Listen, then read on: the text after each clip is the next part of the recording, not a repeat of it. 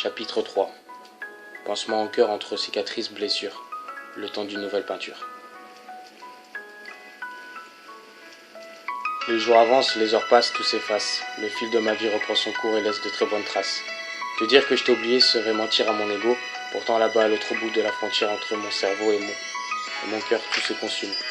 Comme une cascade sans eau, ou un escalator, ou un ascenseur sans niveau.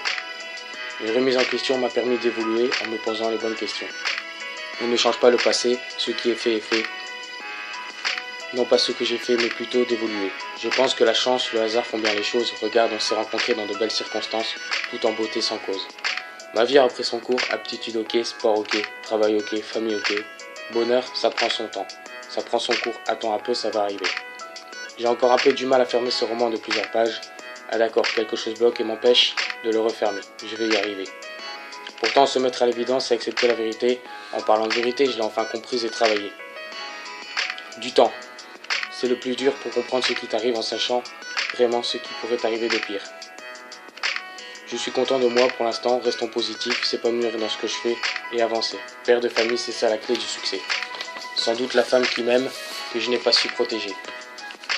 Mais un enfant reste ma priorité en ce jour. C'est vrai, il remplit mon cœur de bonheur avec son caractère, il va y arriver. Je me dis aujourd'hui, il change et grandit, alors le père aussi. La clé de la réussite, c'est peut-être l'échec.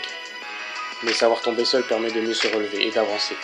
J'ai compris et su me projeter dans un avenir, chose qu'auparavant je n'y arrivais pas. J'ai appris à vivre au jour le jour, demain est un autre jour, mais ce sont les bases que l'on m'en a enseignées.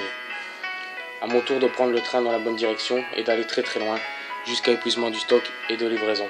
Autrement dit, le train s'arrête et je réfléchis, je regarde dans tous les sens, dans toutes les directions, et je descends les marches et je regarde à l'horizon. Et derrière moi, je peux être fier de moi, des kilomètres parcourus, la satisfaction personnelle me procure une belle sensation. Pourquoi pas continuer à pied dans une bonne direction? Rappelle-toi d'une phrase, à chercher où tu vas, t'oublies que sans elle, tu viens de nulle part. Tout simplement la personne qui te met au monde, qu'elle soit là ou pas là, te regarde de là-haut, d'en haut ou d'en bas, et te laisse pas sans tomber dans ta nouvelle vie.